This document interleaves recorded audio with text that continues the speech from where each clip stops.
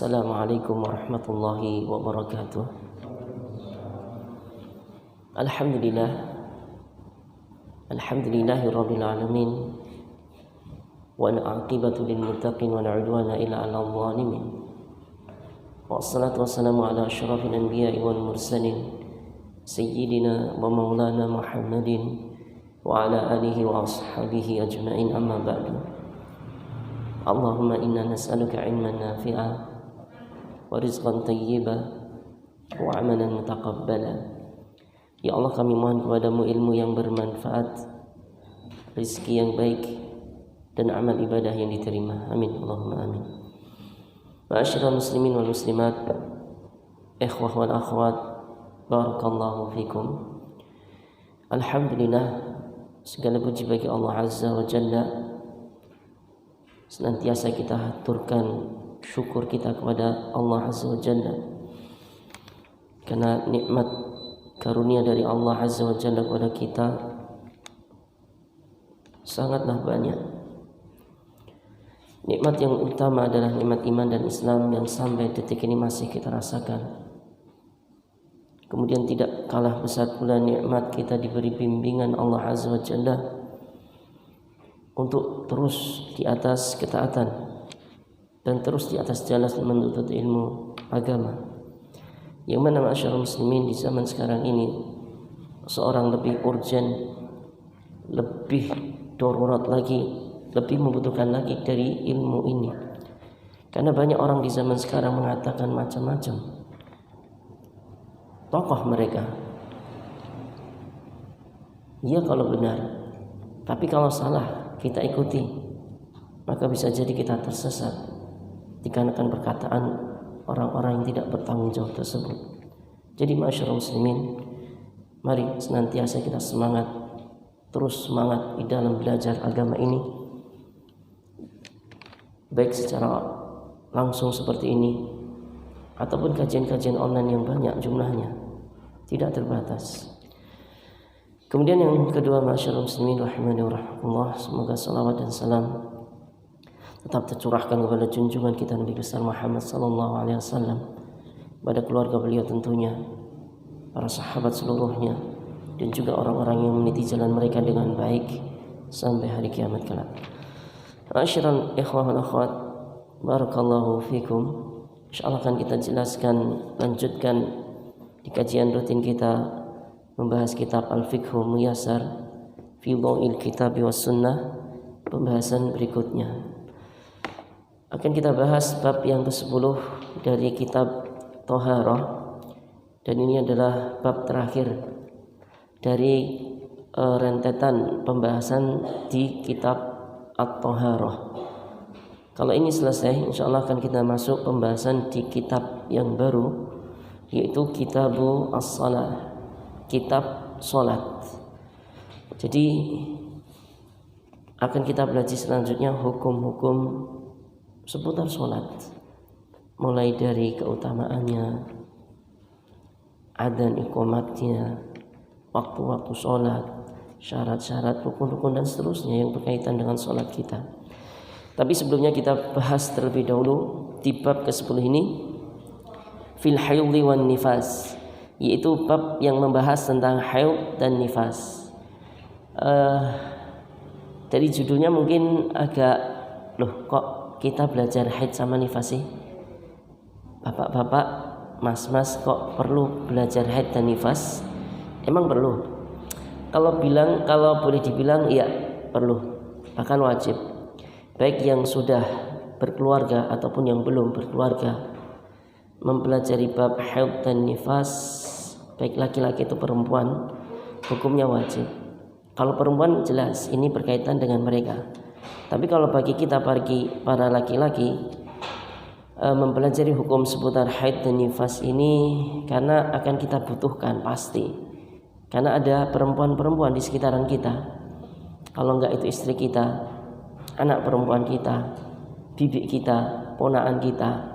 Kalau ada sesuatu yang mereka bingung tentang hal ini, ya kita ini yang sudah pernah belajar, sudah pernah sedikit tahu, kita sampaikan tentang haid dan nifas ini. Wa fihi masail, di dalam bab ini ada beberapa permasalahan. Total ada 7. Insyaallah akan kita usahakan selesai. Tapi sebelumnya kita dikenalkan dengan definisi dulu dari haid itu sendiri. Al-haidhu lughatan, kata haid secara bahasa itu artinya as-sailan, mengalir. Adapun secara syar'i, kalau ketemu lafaz haid di Quran Sunnah, maka tidak lain tidak bukan, maka artinya adalah damun tabi'atun wajibilatun. Itu darah. Jadi haid itu darah yang sifatnya alami akan keluar. Yakhruju min qa'ri rahim fi awqatin ma'lumatin. Darah ini keluar dari dalam rahim di waktu-waktu tertentu. Halas sihhatil mar'ah, tatkala perempuan itu dalam kondisi sehat. Min ghairi sababi wiladatin, bukan gara-gara melahirkan. Jadi ada beberapa poin definisi haid di sini. Yang pertama, haid itu darah. Karena kalau kita perhatikan cairan-cairan yang keluar dari ke perempuan itu total ada 8 jenis cairan. 3 berupa darah, 4 berupa selain 5 berupa selain darah. Ini haid termasuk yang ini, darah ini, yang berkaitan dengan sah tidaknya sholat, puasa dan seterusnya. Ya 3 ini saja, darah ini, darah haid, darah nifas, darah istihadah. Adapun yang ini ada yang keputihan, ada yang warna kekuningan, ada warna kecoklatan. Ini tidak mempengaruhi sedikit pun dari ibadah. Ini hanya sekedar kadang keluar di perempuan, kadang tidak. Kalau ini keluar tetap suci perempuan, wajib sholat, puasa dan seterusnya. Tapi 3 darah ini yang bisa menyebabkan seorang perempuan tidak sholat, tidak puasa. Jadi kita ulang, darah haid itu apa? Darah yang keluar dari rahim di waktu-waktu tertentu, enggak terus-terusan keluar. Tatkala wanita itu sehat. Kalau sakit beda lagi, nanti darah yang keluar, darah penyakit, nanti yang ini darah istihadah. Bukan gara-gara melahirkan. Nanti kalau gara-gara melahirkan masuknya ke darah nifas. Ini darah haid, definisinya seperti itu. Adapun nifas, damun yakhruju minal mar'ah indal wiladah, yaitu darah yang keluar dari perempuan tatkala melahirkan. Bisa pas waktu melahirkannya, yaitu bayinya keluar, darah ikut pas keluar juga, atau setelahnya, maka ini dihukumi sebagai darah nifas. Ada hukum tersendiri nanti. Ini dari segi definisi. Kemudian kita masuk langsung ke mas'alatul ula. Masalah yang pertama, bidayatu waqtil haidhi wa nihayatuhu, mulainya waktu haid dan berakhirnya. La haidha qabla tamami tis'i sinin, tidak ada haid bagi perempuan yang belum genap umurnya 9 tahun. Jadi bapak-bapak yang punya anak perempuan, haid itu mulai terjadi tatkala perempuan itu umurnya 9 tahun. Li'annahu lam yasbut fil wujudi limra'atin haidhin qabla dhalika. Kenapa dibatasi 9 tahun? Karena selama ini tidak pernah ada satu kasus seorang perempuan haid sebelum umur ini. 8 tahun belum ada yang pernah haid perempuan 8 tahun. 7 tahun juga belum ada. 9 tahun. Nah, ini seringnya yang pernah terjadi seperti itu. Bahkan diriwayatkan dari Aisyah radhiyallahu anha bahwasanya beliau mengatakan, "Idza balagatil jariyatu tis'a sinin fahiya imra'atun." Jika seorang anak perempuan itu mencapai umur 9 tahun, maka dia sudah menjadi wanita dewasa. Nah, ini perhatian bagi bapak-bapak yang punya anak perempuan, cek umurnya.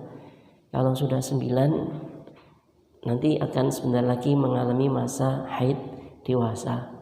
Sholat sudah wajib, jadi harus perintahnya nyuruhnya harus semakin sering dan istilahnya harus sholat. Kalau di bawah itu masih belum dewasa. Ini batas minimal umur seseorang. Kemudian wala haidha ba'da 50 sana fil ghalib ala sahih. Kemudian tidak ada haid di wanita tatkala umur wanita 50 tahun menurut secara umum, menurut pendapat yang sahih. Ini biasanya disebut masa menopause, yaitu tatkala perempuan sudah tidak mengalami haid. Ini kadang umur sekian tapi secara umum perempuan mengalami masa menopause itu umurnya 50 tahun. Nah.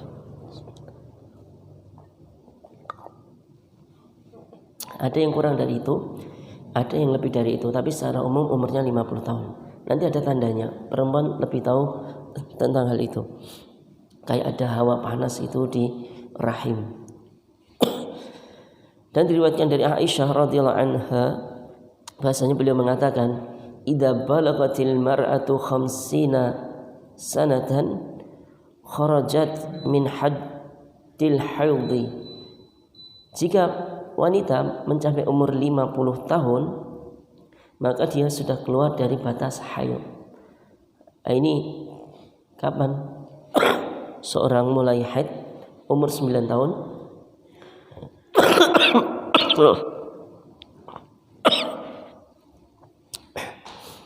Kapan berakhirnya masa haid? Tatkala perempuan umurnya 50 tahun. Kemudian ikhwah wal akhwat barakallahu fikum, mas'alatu tsaniyah. Masalah yang kedua. Aqallu muddatil haid wa aksaruha. Kalau haid terjadi itu berlangsung berapa lama sih? Ada minimal, ada maksimalnya enggak? Di sini ditulis was-sahih, dan yang benar dari pendapat para ulama, annahu la hadda li aqalihi wa li aksarihi.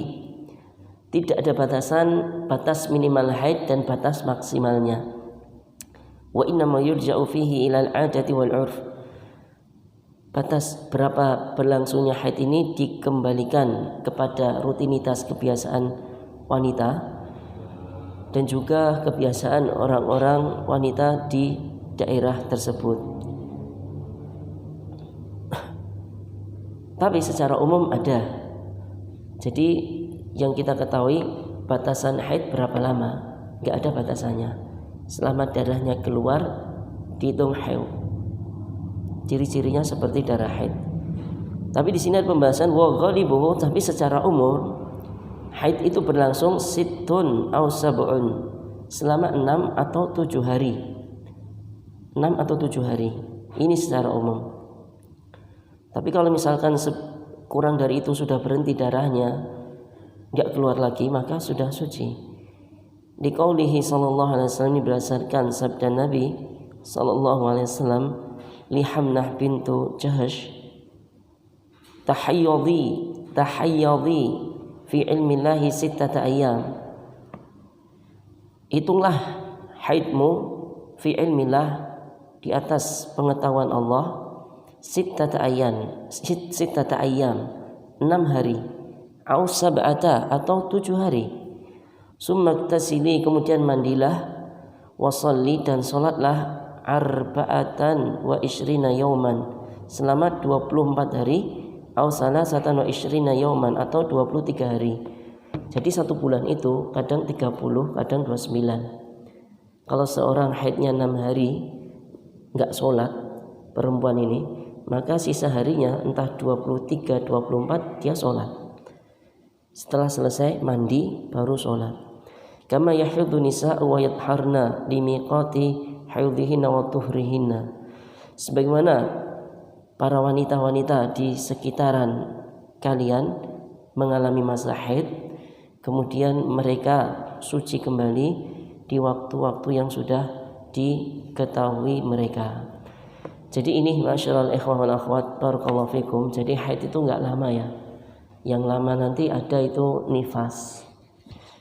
Kalau haid itu tamu bulanan perempuan, ya nggak ada hitungannya, yang paling minimal berapa, paling panjang berapa. Tapi kalau kita ambil secara umum, wanita itu biasanya haidnya itu 6, kalau enggak 7 hari.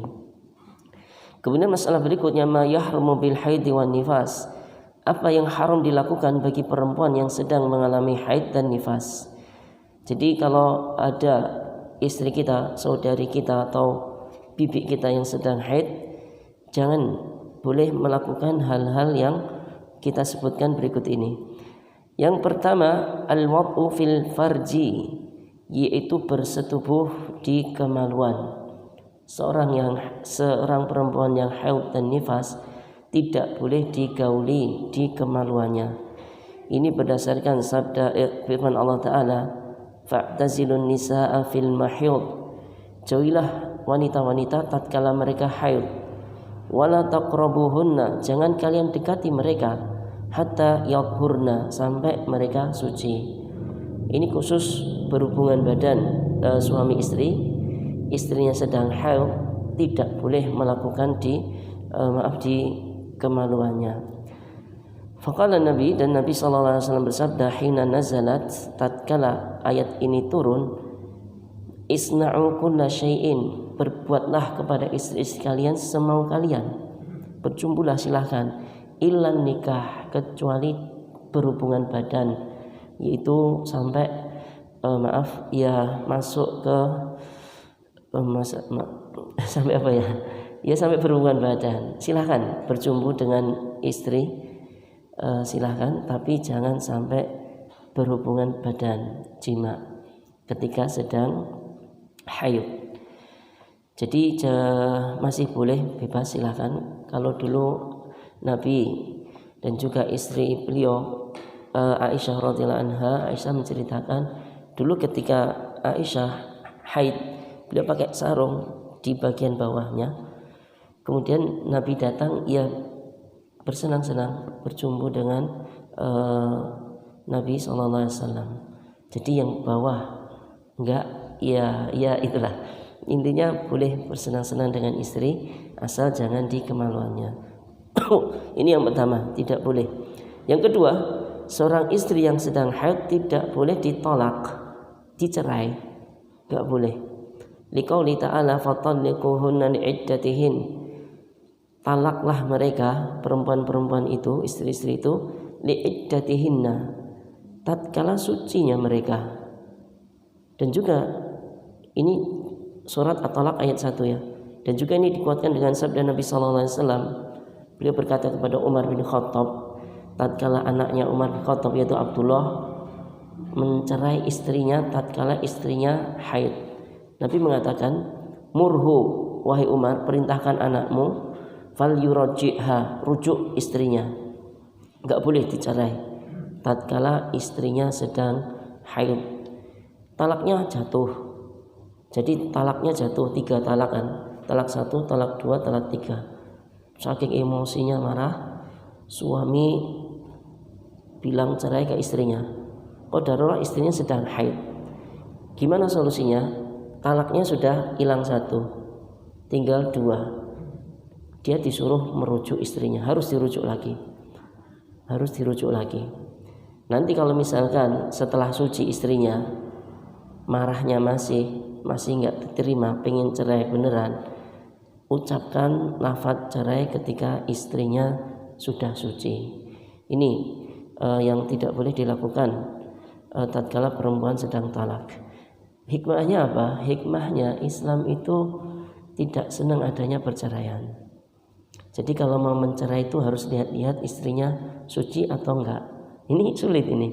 Kalau namanya emosi itu tak tahu lagi suci atau sudah, itu repot. Jadi enggak marah, nanti marahnya jadi enggak ternyata pas beneran tolak, saya lagi haid, dirujuk lagi, enggak jadi cerai. Jadi ini syariat Islam sebenarnya tidak menganjurkan, bahkan membenci hal yang namanya talak ini. Kemudian ketiga yang tidak boleh dilakukan perempuan yang haid, sholat. Ini jelas, insyaallah tidak ada masalah. Ini berdasarkan sabda Nabi SAW di Fatimah bintu Abi Hubeish. Beliau mengatakan, idza aqbalatil haydatu fada'is shalah. jika haid datang kepadamu, tinggalkanlah sholat. Bahkan kalau dia nekat sholat tatkala haid, dosa, haram, enggak berpahala, malah dapat dosa. Sudah, perempuan itu kalau sedang haid itu libur sholat, biasanya seneng mereka. Seneng enggak ya? Kayaknya seneng ya.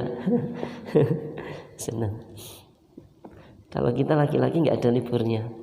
Yang keempat, yang tidak boleh dilakukan perempuan yang sedang haid, puasa.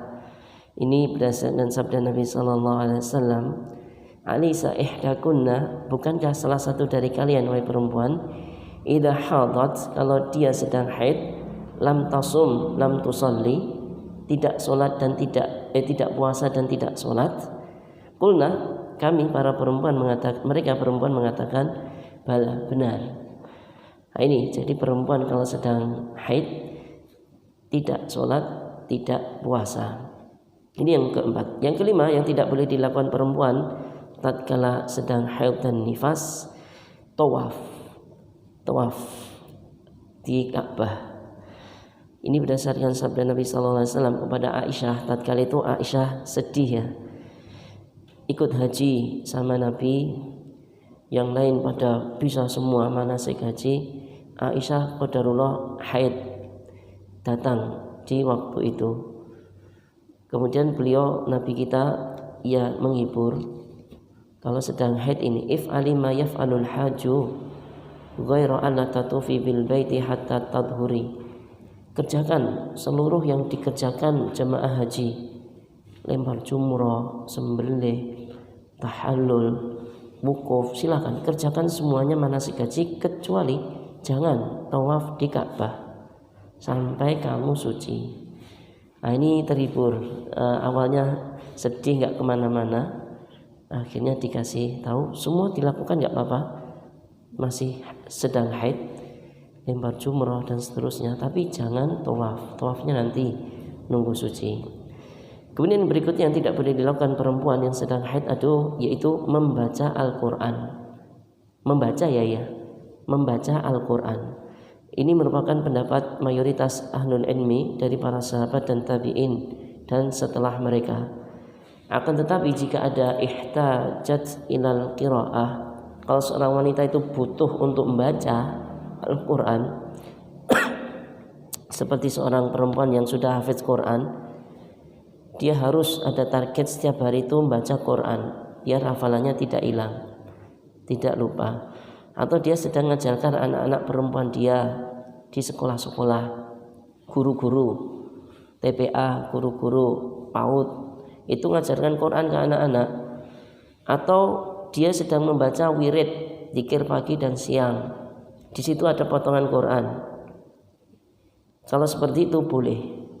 Jadi pada asalnya perempuan yang sedang haid dan nifas tidak boleh baca Quran, kecuali ada beberapa kebutuhan tadi, murojaah biar tidak lupa, sedang mengajari santri-santri watinya, atau sedang membaca wirid, zikir pagi, sore, yang kebetulan di situ ada potongan ayat Quran seperti Rabbana atina fid dunya hasanah, itu kan ayat Quran itu nggak apa-apa kalau ada kebutuhan seperti itu. Kalau tidak butuh seperti 3 contoh tadi, maka jangan baca Quran sebagaimana pendapat mayoritas ahlul ilmi, para ulama. Ini yang ke-6, tidak boleh baca Quran. Yang ke-7, tidak boleh menyentuh mushaf. Jadi mushaf disentuh sini, dipegang gini dengan tangan telanjang tanpa pelapis, ini tidak boleh.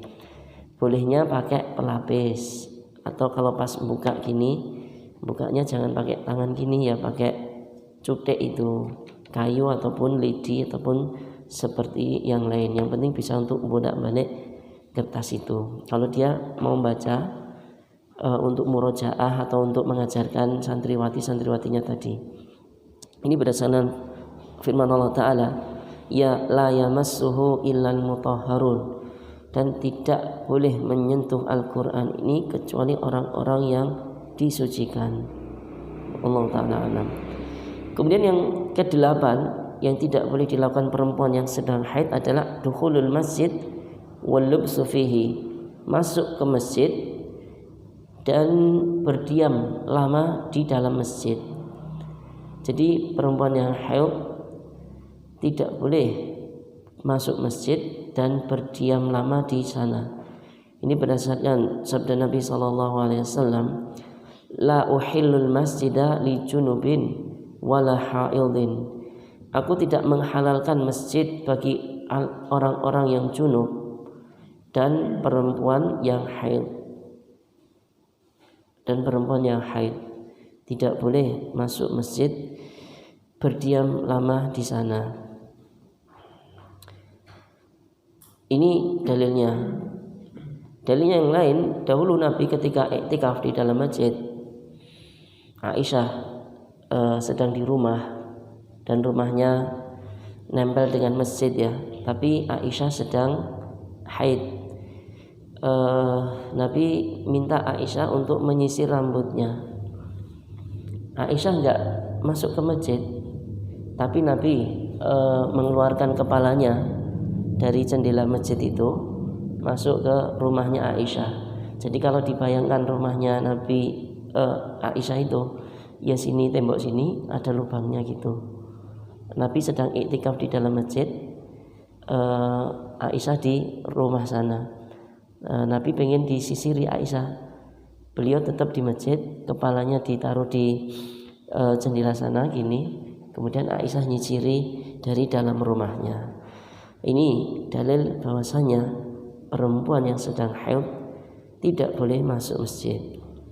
Begitu juga haram bagi perempuan yang sedang haid lewat nyebrang, misalkan ngambil sesuatu apa balik lagi, itu dilarang. Jika misalkan ditakutkan ada kotoran yang jatuh dari tubuhnya. Tapi kalau misalkan sudah aman, karena di zaman sekarang sudah ada itu ya, biar tidak bocor itu, yaitu pembalut, nah itu maka kalau seperti itu tidak masalah. Oh di sana ada apa ya, misalkan barang yang pengen diambil lewat masjid keluar lagi, yaitu tidak masalah kalau cuman seperti itu. Yang dilarang masuk masjid, berdiam lama di sana. Wallahu taala alam. Jadi ini ikhwan wal akhwat, masyaallah muslimin rahimani wa rahmakumullah, 8 hal yang tidak boleh dilakukan bagi perempuan yang sedang haid dan nifas. Kemudian masalah berikut yang kelima, ma yujibuhu al-haidhu. Apa yang wajib dilakukan bagi seorang yang haid, perempuan yang haid.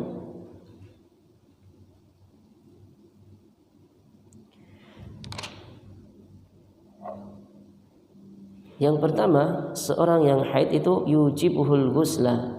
Haid ini mewajibkan dia melakukan mandi. Jadi kalau perempuan sedang haid, kemudian ditunggu masanya selesai, setelah itu ngapain? Wajib mandi. Dikauli sallallahu alaihi wasallam, da'is salata qadral ayyamin lati kunti tahidina fiha summa iktasili wa salli. Tinggalkanlah salat sekedar hari-hari yang kamu biasa haid di hari-hari itu, bisa 6 bisa 7. Kemudian iktasili, mandilah, wasalli, dan sholatlah. Jadi jangan langsung sholat, tetap harus mandi terlebih dahulu. Yang kedua, kalau sudah haid ini ngapain? Mewajibkan apa lagi? Yang kedua, kalau perempuan sudah haid, berarti dia sudah bulug, al-bulug, dewasa. Ini kalau kaitannya dia haidnya pertama kali ya, di umur yang 9 tadi. Kalau dia haid berarti dia sudah dewasa. Ini berdasarkan sabda Nabi SAW, la yaqbalullahu salata haidin illa bi khimarin.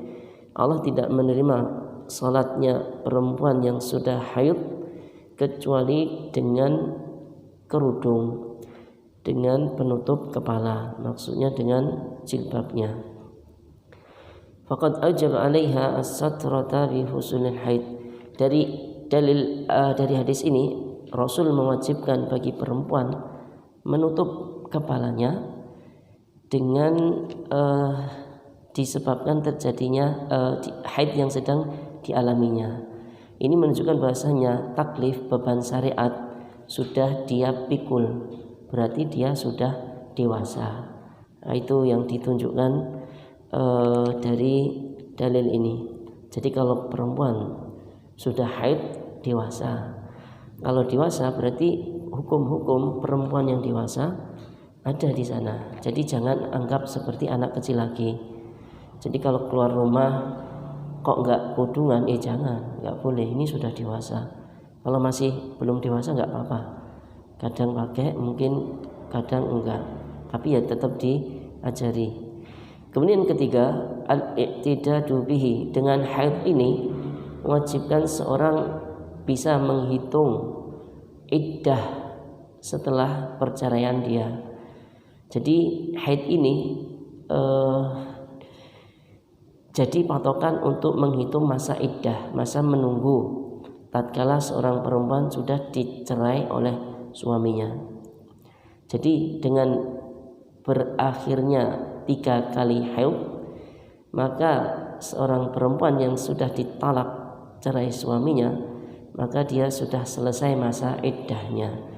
Ini berdasarkan firman Allah Ta'ala, wal mutallaqatu, dan perempuan-perempuan yang dicerai yatarabbasna bi anfusihinna salasata quru, diam menunggu keputusan istilahnya suaminya rujuk atau tetap cerai, salasata quru, 3 kali haid. Nah, ini 3 kali haid. Jadi dengan terjadinya haid ini, hitungan iddah ini bisa diketahui.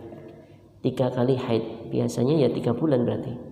Jadi kalau seorang perempuan ditalak suaminya cerai, ya dia nunggu 3 haid.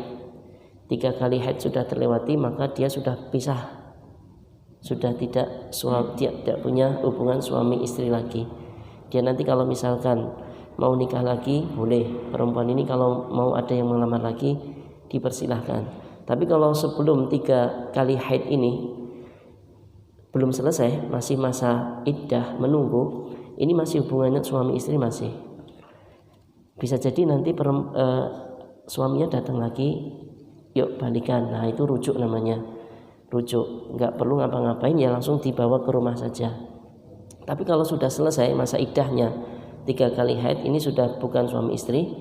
Kalau mau balikan lagi, ngulang akad nikah dari awal, ngulang lagi akad nikahnya dari awal. Kalau misalkan mau balikan lagi, wallahu taala alam. Ini konsekuensi hukum seputar haid. Kemudian yang keempat, dengan haid ini al-hukmu bi bara'ati rahim fil iqtidadi bil haid. Jadi seorang kalau perempuan dengan haid ini bisa dihukumi rahimnya itu bersih, tidak ada janin yang dikandungnya. Jadi seorang misalkan perempuan ditalak suaminya, cerai, kok ternyata haid, berarti dia nggak hamil. Berarti masa iddahnya ya tinggal ditunggu aja haid berikutnya, haid 1, haid 2, haid 3 selesai. Tapi kalau ditalak cerai kok nggak haid, ini berarti ada janinnya, ini ada janinnya. Kalau ada janinnya itu masa iddahnya panjang itu. Masa iddahnya itu sampai bayinya lahir, yaitu selama 9 bulan. Jadi masa menunggunya lama. Jadi kesempatan untuk rujuk dari sang suami ke istrinya itu lebih lama lagi, yaitu 9 bulan. Ini waktu yang lama untuk memikirkan kembali keputusan yang telah diambil sang suami. Apakah nekat dilanjutkan, atau ini kasihan nih anak saya tak cerai nanti gak punya bapak. Mikir-mikir itu nanti suami, oh ya tak balikan lah, ego masalah apa gitu udah dibuang dulu demi kemaslahatan sang bayi yang akan lahir. Ini ya, dari haid ini bisa diketahui rahimnya bersih karena dia haid. Kalau dia tidak haid berarti ada janin di sana, hamil dia hamil. Tanbih, ada peringatan tentang hal ini. Idza taharatil haidhu awin nufasa, jika seorang perempuan yang haid dan nifas suci dari haid dan nifas mereka, qabla ghurubi syamsi, sebelum tenggelamnya matahari. Ini kasus ya, nanti kalau misalkan ada kasus seperti ini, jam 5 suci sudah nggak keluar, bahkan sudah ada putih-putih yang keluar, qasatal baydha, tanda lendir putih, tanda suci dia. Apa yang dilakukan dia, perempuan ini? Lazimah an tusalliya dhuhra wal asra fi hadzal yaum. Wajib bagi perempuan ini sholat duhur sama asar. Jadi misalkan suci jam 5 sore suci. Apakah dia sholat? Dia sudah mulai sholat, mandi dulu, sholat apa ini? Asar toh? Enggak, sholatnya duhur sama asar. Ini yang patut kita ajarkan ke perempuan-perempuan yang sedang suci dari haid. Jangan sholat asar toh, sholat duhur juga. Alasannya apa? Belum, alasannya bentar lagi. Kemudian kasus berikutnya, waman toharat minhuma, barang siapa yang suci dari haid dan nifas, qabla tulu'il fajri, sebelum terbitnya fajar, sebelum subuh. Kalau sekarang subuh jam 4, sebelum subuh sudah suci jam 3 misalkan, lazimah an tusalliyal maghrib wal isya, wajib bagi perempuan ini sholat maghrib sama isya meskipun jam 3 pagi sebelum subuhan. Perempuan ini sudah lihat, mungkin dia kencing ya maaf, sudah nggak keluar darah, bahkan sudah ada tanda suci yaitu lendir putih. Nah, ini apa yang dilakukan dia? Dia wajib sholat maghrib sama isya min hadal lailah, dari malam itu. Li'anna, ini alasannya, li'anna waqta salati tsaniyah waktun lis-salatil ula fi halil udhr. Karena waktu itu waktu sholat yang kedua ya, misalkan jam 5 sore. Jam 5 sore. Di jam 5 sore ini waktu yang kedua yaitu waktu asar. Waktu yang pertama duhur. Ini adalah waktu sholat pertama yaitu sholat duhur. Tatkala ada udzur. Misalkan udzur safar misalkan. Kita safar dari sini jam 11 pagi. Sampai ke sana bisnya, keretanya nggak berhenti jam 5. Sholat apa itu Pak berarti Pak? Duhur sama asar. Padahal duhurnya udah kelewat, iya. Tapi jam 5 itu waktu boleh menggabung sholat duhur dengan asar di waktu itu. Jam 3 pagi juga sama. Atau jam 2 malam. Itu waktu sholat isya. Maghrib masuk ke sana jika maghrib belum dilakukan.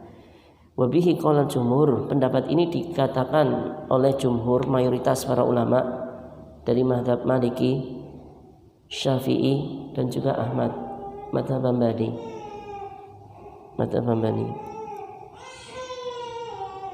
Wallahu ta'ala alam.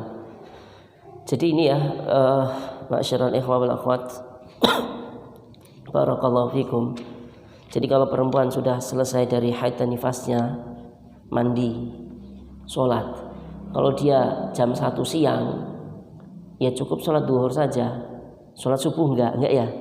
Sholat subuh enggak, karena dia sucinya jam 1 siang. Karena apa? Subuh sama duhur enggak bisa digabung. Dijamak enggak bisa. Kecuali dia suci jam 10 pagi, yaitu subuh, itu waktu subuh itu. Waktu subuh tatkala ada udzur, subuh masih boleh dikerjakan di jam 10 pagi. Nah, itu subuh tok, tidak digabung dengan sholat yang lain.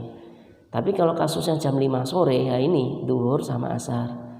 Kalau jam 10 malam, maghrib sama isya. Kalau jam 2 pagi, berarti maghrib sama isya juga.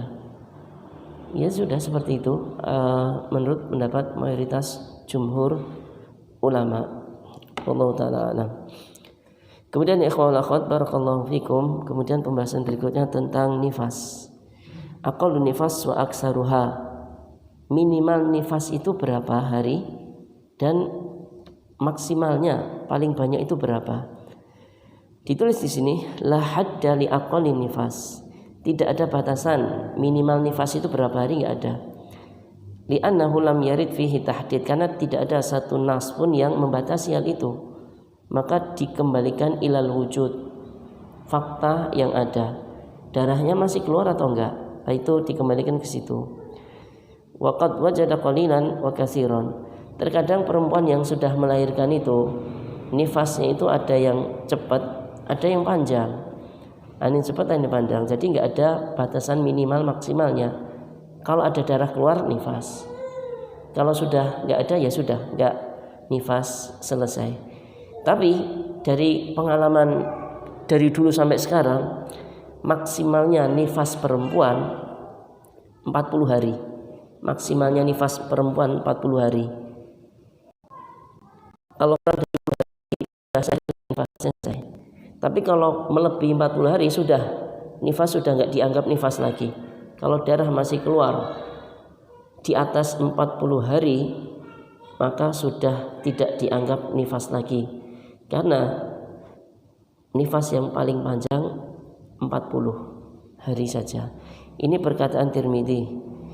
Imam Tirmidzi mengatakan ajma' ahlul ilmi, telah ijma' para ulama dari sahabat Nabi sallallahu alaihi wasallam dan juga setelah mereka, itu bahasanya an-nufasa, perempuan-perempuan yang nifas, tada'u salata arba'ina yauman, meninggalkan solat selama 40 hari. Ini sepakat para ulama dari kalangan sahabat, tabi'in dan seterusnya. Nifas itu mereka meninggalkan solat selama 40 hari. Illa antara tuhra qabla dzalika, kecuali perempuan itu melihat kesucian sebelum 40 hari ini. Kalau seperti itu maka fataktasil, maka dia hendaknya mandi, wa tusalli, kemudian sholat. Nah ini ya, ini berdasarkan hadis Ummu Salamah juga dikuatkan. Ummu Salamah mengatakan kanatin nufasa ala ahdi Nabi sallallahu alaihi wasallam tajlisu arba'ina yauman. Dahulu perempuan-perempuan yang nifas di zaman Nabi sallallahu alaihi wasallam duduk tidak sholat, maksudnya selama 40 hari. 40 hari. Lebih dari itu sudah tidak dianggap nifas lagi. Wallahu taala a'lam. Sudah dan belum? Belum kayaknya. Sudah belum? Lihat jadwal. Sudah masuk 19 1 menit lagi baru masuk. 1 menit lagi.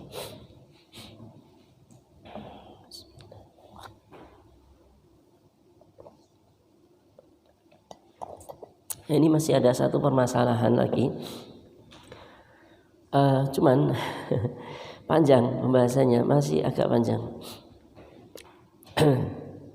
Tapi nggak apa-apa, kita baca sedapatnya, nggak ada masalah. Masalah yang ke-7, masalah terakhir dari pembahasan kali ini, yaitu fidamil mustahadhah, tentang darah, jenis darah yang ketiga. Kalau tadi sudah darah haid, darah nifas, sekarang ada satu darah lagi yang perlu kita bahas, yang ini keluar dari perempuan, yaitu darah istihadhah, darah penyakit. Darah penyakit. Istihadhah itu adalah sailud dami fi ghairi waqtihi, keluarnya darah di bukan waktu yang biasanya keluar. Ala sabilin nazif, sifat darah ini mengucur, bukan menetes gitu.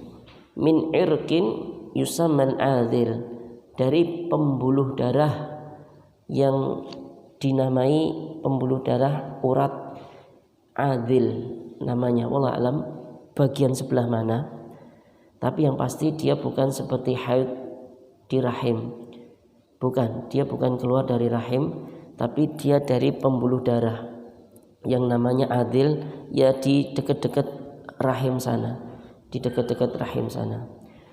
Darahnya beda ini dengan darah haid, ciri-cirinya beda, konsekuensinya nanti juga beda. Damul istihadhah, darah istihadhah ini beda dengan darah haid dari segi hukum-hukumnya dan dari segi sifat-sifatnya. Kalau dari segi sifatnya ya, kalau dari segi hukumnya, maka darah istihadhah ini bersumber dari urat atau pembuluh darah yanfajiru fir rahim, kemudian terpancar ke rahim, keluar di tempat yang sama di kemaluan itu. Sawa'un kana fi awqatin haid aw ghairiha. Darah istihadah ini terkadang keluar bebarengan dengan haid atau kadang di waktu yang lain. Darah ini punya keistimewaan la yamna'u shalah wala siyam walal wata'. Tidak mencegah seorang perempuan untuk sholat, puasa, dan berhubungan badan dengan suaminya. Jadi darah istihadah ini tidak ada hukum apa-apa. Keluar darah ini perempuan tetap wajib sholat, wajib puasa, suaminya boleh menggaulinya. Tidak seperti darah haid. Li'annaha fi hukmi tahirat. Karena seorang perempuan yang keluar darah haid dihukumi perempuan yang suci, bukan perempuan yang sedang kotor dengan haid dan nifasnya. Dalilnya adalah hadis Fatimah bintu Abi Hubeish. Beliau mengatakan, ya Rasulullah, inni ustahadhu. Wahai Rasulullah, sesungguhnya aku tertimpa istihadah. Fala adhur, aku tidak suci. Afa ada'u shalah? Apakah aku meninggalkan sholat? Jadi Fatimah ini bertanya ke Nabi, sedang mengalami istihadah, darah istihadah. Dia menganggap kotor. Tanya ke Nabi, apakah aku meninggalkan sholat? Kata Nabi, la, jangan. Inna dzalika irqun, sesungguhnya itu darah bersumber dari pembuluh darah urat. Walaysa bil haidah, itu bukan haid. Fa idza aqbalatin haidatu fada'is shalah. Kalau haid sedang datang, silahkan tinggalkan sholat. Fa idza adbarat, kalau haid ini sudah selesai, mandilah, cucilah darah darimu, wasolli, kemudian mandilah, kemudian sholatlah. Ini kata Nabi, darah istihadah jangan tinggalkan sholat, karena itu bukan darah haid. Keluar darah itu bukan dari rahim tapi dari pembuluh darah. Kalau kita sedikit tahu tentang siklus perempuan itu, ikhwah sekalian, haid itu dari sel telur yang tidak dibuahi oleh sperma. Ini nanti akan mati kemudian turun jadi haid itu. Tapi kalau darah istihadah ini bukan dari itu, tapi dari urat, salah satu urat di situ. Ini ternyata nanti rahasianya diganggu setan, didorong, dipukul setan. Kenapa? Biar perempuan bingung. Keluar darah gak sholat akhirnya. Padahal darah istihadah tetap sholat. Nah ini kenapa rahasianya ada darah ini. Ternyata itu gangguan dari setan. Wallahu ta'ala alam. Mungkin kita jeda adzan terlebih dahulu, kemudian kita lanjutkan sedikit, insyaallah bisa kita selesaikan pada sholat isya insyaallah ta'ala. Monggo Mas.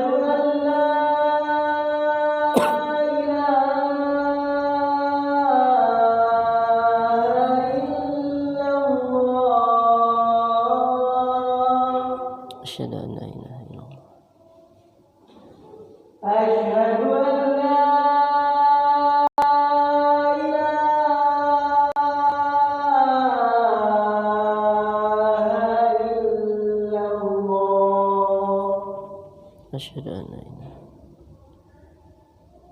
أشهد أن محمدا رسول الله أشهد أن محمدا رسول الله أشهد أن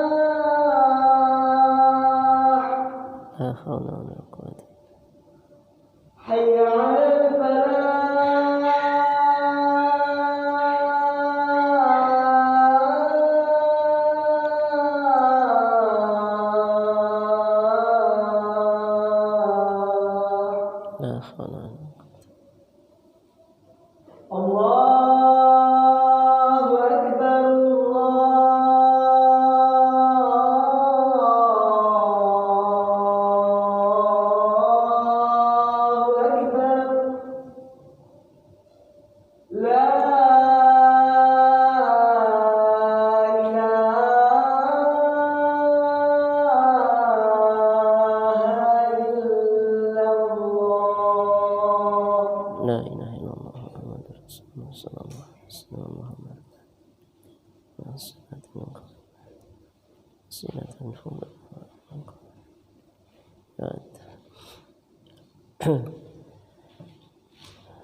Bismillah. Ikhwah wal akhwat, barakallahu fikum. Kita lanjutkan sedikit lagi tentang permasalahan darah istihadhah, pembahasan terakhir kita. Kita ulang lagi ya, bahasanya darah istihadhah ini beda dengan darah haid. Yang pertama dari segi hukum-hukumnya, keluarnya darah istihadhah ini tidak menghalangi perempuan untuk tetap sholat, tetap puasa. Suaminya pun juga boleh menggaulinya di kemaluan kalau darah istihadhah ini keluar, tidak ada masalah. Yang kedua, nanti akan disebutkan tentang sifat-sifatnya. Atau kalau dari hadis yang baru saja kita baca tadi, ini bagaimana seorang perempuan bersikap ketika darah istihadhah ini keluar. Di hadis yang kita baca tadi dituntunkan bahasanya wajib bagi perempuan kalau sudah selesai masa haidnya maka dia mandi.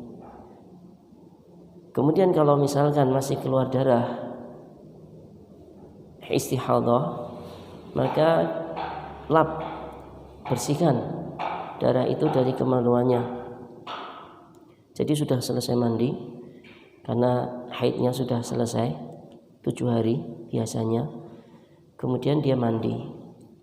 Kok masih ada yang keluar? Ya masa, bersihkan. Kemudian pakai kalau di sini kapas untuk menutupi tempat keluarnya itu biar darahnya enggak netes. Kemudian setelah itu diikat dengan apalagi tali atau apa. Kalau di zaman sekarang sudah agak mudah, lebih mudah, yaitu dengan pembalut biar darah yang keluar tidak menetes ke mana-mana. Kemudian setelah itu ketika masuk waktu sholat ya wudhu kemudian sholat. Nah, ini bagi perempuan yang keluar darah istihadhah, hal seperti itu yang dilakukan. Masih keluar apa istilahnya darah tatkala sholat gak ada masalah. Yang penting pas sebelum sholat sudah dibersihkan, pakaikan pembalut yang bersih, wudhu, sholat. Kok terasa ada yang keluar pas sholat tidak masalah, karena itu ya tidak bisa diapa-apakan, namanya darah penyakit. Sudah tidak ada masalah, yang penting sudah wudhu sebelumnya. Nanti kalau mau sholat berikutnya ya bersihkan lagi waktu sholat berikutnya. Kemudian disimpulkan, ikhwah wal akhwat barakallahu fikum, perempuan yang mengalami istihadhah ini ada 3 keadaan. Keadaan pertama, dia keluar istihadhah ini tatkala berbarengan dengan siklus haid dia, tapi siklus haid ini sudah dia punya adat kebiasaannya. Ini perempuan lebih tahu ini. Biasanya awal bulan, ada yang tengah bulan, ada akhir bulan. Biasanya itu. Misalkan kita ambil contohnya awal bulan. Tanggal ini 1 sampai 7. Ini biasanya dia haid. Kok ada keluar darah di hari-hari itu, berarti haid itu. Itu berarti dia keluar darah haid. Sudah, tinggalkan sholat seterusnya. Kemudian setelah hari 7 ini berakhir, kok tanggal 8 masih keluar darah, sudah, enggak usah dianggap haidnya sudah berlalu. Jadi 7 hari ini sudah selesai, kok masih keluar darah, mandi, tetap mandi, bersihkan kemaluan, kemudian pakai pembalut biar enggak netes-netes lagi. Kalau masih keluar, wudhu, sholat. Ini kalau misalkan dia punya adat kebiasaan haidnya yang jelas. Yang kedua, dia tidak punya adat kebiasaan yang pasti, pindah-pindah terus, tapi darahnya terbedakan. Gimana sifat darah haid itu? Disebutkan di sini darah haid itu aswad, hitam, sakhin, kental, lahu raihah, punya baunya itu anyir. Jadi ini sifat darah haid. Bisa dibedakan nanti dengan darah istihadhah. Darah haid itu hitam, Nanti ada sifat agak kemerahan gitu tapi dominan hitam, kemudian kental, kemudian berbau. Ini darah haid. Adapun sisanya yaitu darah istihadah sifatnya merah, darahnya merah, tidak punya bau dan dia encer. Jadi kebalikan dari ini. Nah, ini sifat perempuan yang istihadah kedua ya. Dia nggak punya adat kebiasaan, kadang-kadang awal, tengah, akhir nggak jelas, pindah-pindah, geser-geser terus. Tapi darahnya terbedakan. Kok keluar darah? Oh, hitam berbau. Oh, ini haid. Ya sudah. Kalau kondisinya terbedakan seperti ini, maka kalau masih muncul darah yang hitam, maka itu haid. Tapi kalau sudah muncul darah yang merah, haidnya selesai berarti itu istihadah, mandi, karena haidnya sudah selesai, bersihkan pakai alat pembalut, wudhu, sholat. Nah, jadi sudah dianggap selesai. Terkadang perempuan yaitu terlena atau nggak peduli dengan itu, nggak dihitung harinya sudah berapa hari, keluar darah nggak sholat, pas kencing keluar darah nggak sholat. Kalau sudah 7 hari atau berapa hari itu seharusnya perhatian membedakan darah itu harus benar-benar. Soalnya kaitannya dengan ibadah sholat. Ya enak sih nggak sholat ya. Tapi kalau harusnya sholat tapi nggak sholat, nah kan repot, berdosa. Kemudian kondisi ketiga, perempuan yang mengalami darah istihadah ini dia nggak punya adat kebiasaan, plus darahnya nggak bisa dibedakan. Darah keluar sama kayak gitu terus sifatnya, hitam semua, nggak ada yang merah-merahnya. Ini gimana solusinya kalau ada perempuan seperti ini? Ini biasanya perempuan-perempuan yang punya haid awal-awal ya, masih muda-muda itu, yang belum punya kebiasaan haidnya di awal atau di tengah, nggak tahu dia. Tahu-tahu keluar darah, loh kok terus 8 hari, 9 hari, 10 hari kok keluar terus. Ini solusinya,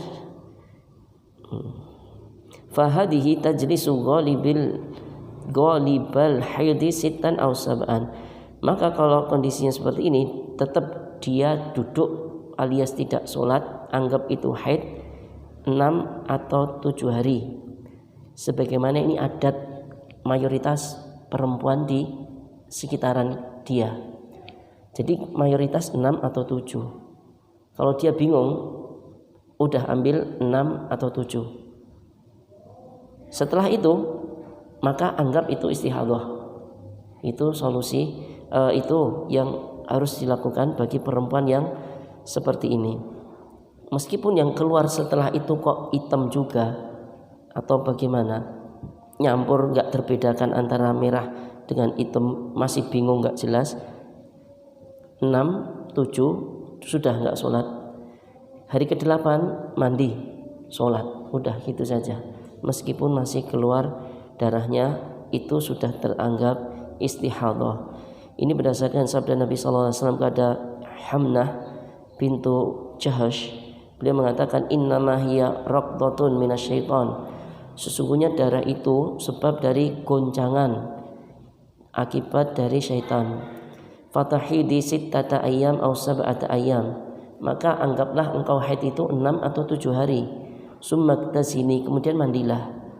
Fa idza sta'nafti fa idza istanqati, jika engkau sudah suci, wasalli wasumi fa inna dzalika yujzi'uki, maka salatlah, puasalah, karena itu sudah sah bagimu. Nah, ini dari hadis ini Nabi mengatakan kepada Hamnah bintu Jahash yang bingung dengan istihadah yang beliau alami, sudah anggap haidmu 6 atau 7. Setelah itu mandi, kemudian sholat dan puasa, itu sah bagimu. Raqdatun minasyaitan maksudnya duf'atun, dorongan. Maksudnya wa inna syaitan waladhi haraka hadad dam.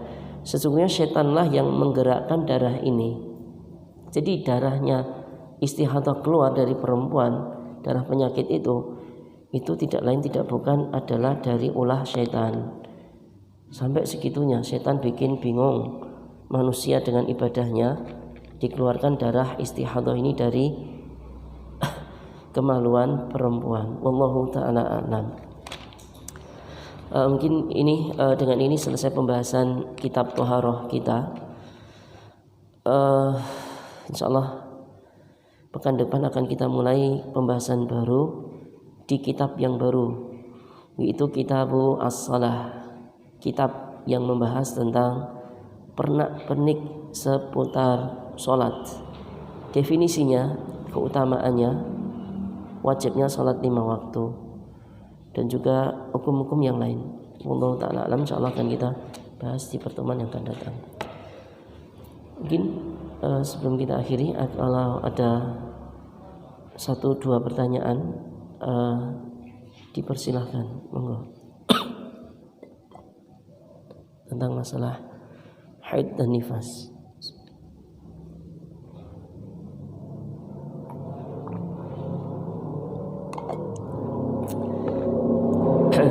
Oke.